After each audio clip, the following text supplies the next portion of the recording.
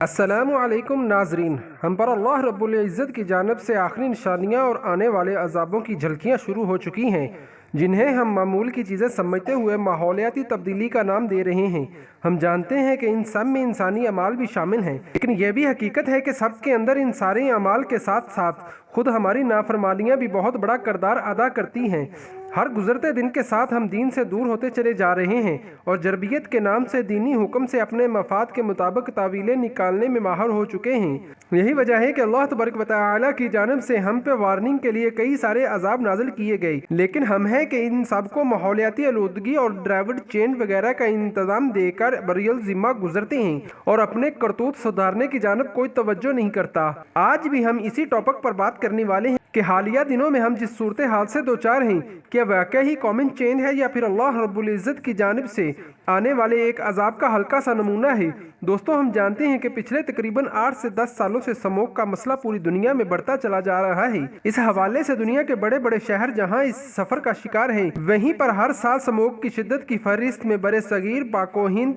के बड़े बड़े शहर नाम पर होते हैं। लाहौर, नई दिल्ली, अमृतसर, लुधियाना और हरियाणा जैसे ये शहर जो दोनों मुल्कों के पंजाब के मरकजी शहर हैं, हर साल ही स्मोक की शिद्दत में आलमी रैंकिंग में टॉप करते हैं। इसके साथ साथ दुनिया के दीगर बड़े शहर जैसा कि फ्रांस, लंदन और दुनिया के दूसरे दीगर खित्तों में मौजूद शहर भी स्मोक की आफत की हर सर्दी में शिकार होते हैं। माहिरीन का कहना है कि ये स्मोक सूरज की तेज अल्ट्रा वायलेट शुआओं की हिद्दत से पैदा होने वाली गर्मी में ठंडी हवा के माहौल में मौजूद आलूदगी से मलाप है, जिससे धुंध यानी फोग की बजाय स्मोक पैदा होती है। ये धुआं और धुंध का मिलाप गुज़िश्ता सालों से स्मोक का मसला इस कदर शिद्दत इख्तियार कर चुका है, जिससे पैदा होने वाली बीमारियां न सिर्फ आंखों, नाक, फेफड़ों और दीगर अमराज का बायस बन रही हैं, बल्कि हर साल ये मामला कई जाने भी ले जाता है। बरे सगीर पाको हिंद के हवाले से तो अक्सर माहिरीन ये कहते हैं कि दोनों मुल्कों में मौजूदा पंजाबी किसान इस अंदाज से काश्तकारी करते हैं जो स्मोक को बढ़ावा देने का सबब बनते हैं। माहिरीन का कहना है कि अगली फसल के आने से पहले पिछली फसल की बाकियात को खेतों में जला देने की रवायत की वजह से स्मोक की शिद्दत में बेइंतहा इजाफा होता है। इस पर सोचने की बात यह है कि स्मोक का ये सिलसिला तो पिछले 10 से 12 साल पहले शुरू हुआ है। इससे पहले ये मसला मौजूद ही नहीं था, जबकि पिछली फसल की बाकियात को खेतों में जला देने का ये सिलसिला तो इस खित्ते में हजारों साल से चला आ रहा है, तो ये मसला हजारों सालों से मौजूद होना चाहिए था। हम मानते हैं कि इस सिलसिले में इंडस्ट्रियल पोल्यूशन का भी बहुत बड़ा किरदार है, यानी वो धुआं जो मुख्तलिफ संदे खारिज करती हैं, जिसमें भारी धातों का बुखारात भी शामिल होता है और वो भी हवा में शामिल होकर स्मोक को बढ़ावा देते हैं। अलबत्ता ये बात समझ से बाहर है कि सारे मामले में सिर्फ किसानों को कसूरवार ठहराया जा रहा है। नाजरीन, ये सब तो माहिरीन का कहना है, लेकिन इस पे हमारा मौक़िफ़ क्या है और हम इन चीज़ों को किस अंदाज से देखते हैं, आज हम आपको यही बताना चाहते हैं। दोस्तों, हमारा मानना है कि ये मामला इतना सादा नहीं है जितना सादा बनाकर पेश किया जा रहा है। सबसे पहले तो ये किसी क्लाइमेट चेंज के मसले की वजह से नहीं हो रहा,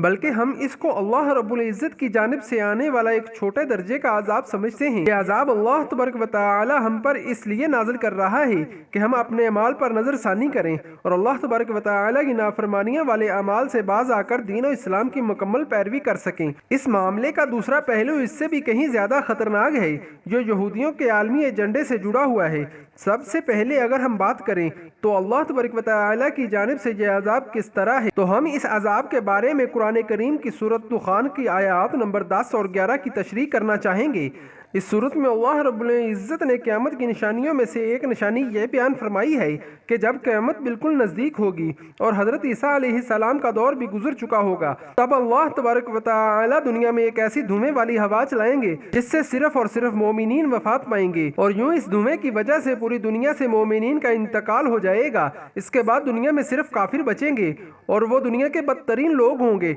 और इन्हीं लोगों पर क़यामत कायम होगी। अब हम सूरत दुखान की आयात नंबर 10 और 11 को देखें तो इसमें अल्लाह तबारक व तआला फरमाते हैं कि तुम मुंतज़र रहो, हम तुम पर अनकरीब ऐसा धुआं नाजिल करेंगे जो तुम लोगों पर छा जाएगा और यह दर्द देने वाला अजाब होगा। आप इस आयात के अल्फाज पर गौर करें। इस आयात में इस अजाब को हलाक कर देने वाला अजाब नहीं कहा जा रहा, बल्कि इसे दर्द देने वाला अजाब कहा जा रहा है। इससे साफ जाहिर है कि मौजूदा अजाब अल्लाह तबारक व तआला की जानिब से हम मुसलमानों के लिए एक अजाब नहीं है, क्योंकि यह दर्द देने वाला अजाब है। क़यामत के करीब जो धुएं का अजाब आएगा वो दर्द देने वाला अजाब नहीं होगा, बल्कि इसे काफिर लोग لوگ اپنے آپ کو حق پر سمجھنے کی دلیل کے طور پر پیش کریں گے، کیونکہ اس سے صرف اور صرف مومنین کی وفات ہوگی۔ ایسا کہ حدیث شریف میں بیان ہے کہ اس دھویں سے مومنین کو بالکل بھی تکلیف نہیں ہوگی اور وہ بغیر تکلیف کے اس دھویں کی آڑ میں وفات پا جائیں گے۔ ہم پہلے بھی یہ کہتے آ رہے ہیں کہ کسانوں پر ہر سال یہ سارا ملبہ ڈالا جاتا ہے،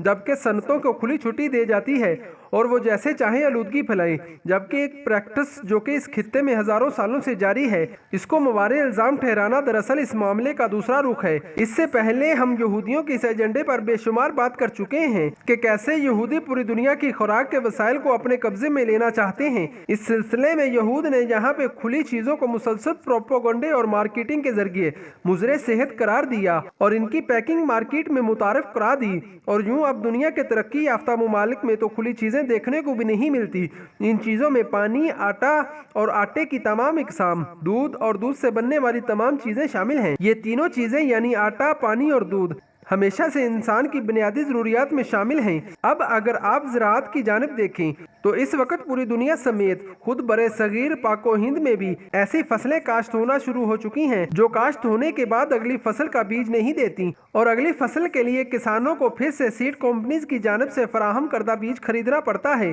اور یہ تمام کے تمام بیج لیبارٹریز میں تیار کیے جاتے ہیں۔ اس طرح یہودیوں نے ایک عالمی ایجنڈے کے تحت پروپیگنڈے اور مارکیٹ کا سہارا لے کر ان سب چیزوں کو اپنے ہاتھ میں کر لیا ہے، اور وہ جب چاہیں ان کو روک کر پوری دنیا کو قید میں مبتلا کر سکتے ہیں، اور یہ تب ہوگا جب ان کا جھوٹا مسیح دجال آئے گا۔ یہودیوں نے یہ ساری تیاری اس لیے کر رکھی ہے کہ دجال کے آنے سے پہلے یہ تمام وسائل دجال کے ہاتھ میں دے دیے جائیں گے، اور وہ جن پر چاہے زندگی آسان کر دے اور جن پر چاہے مشکل کر دے۔ اس طرح سمو کے حوالے سے ہر سال زراعت کو ٹارگٹ بنانے کا یہی مقصد ہے کہ لوگوں کو زراعت کی جانب سے حوصلہ شکنی کی جائے۔ اس سے پہلے یہ لوگوں کی ضرورت بیجوں کی حد تو اپنے قابو میں لے چکے ہیں، لیکن اب لیبارٹریز میں بھی مصنوعی کھانا بننا شروع ہو چکا ہے۔ اصل میں وہ مصنوعی تو نہیں بلکہ قدرتی چیز ہی ہے، لیکن اس کا پروسیس اتنا تیز کر دیا ہے کہ کم وقت میں کم جگہ کے ساتھ ٹیکنالوجی کا استعمال کرتے ہوئے زیادہ کھانا حاصل کیا جا سکتا ہے۔ اس حوالے سے لیبارٹریز میں پیدا کیے جانے والا گوشت بھی قابل ذکر ہے،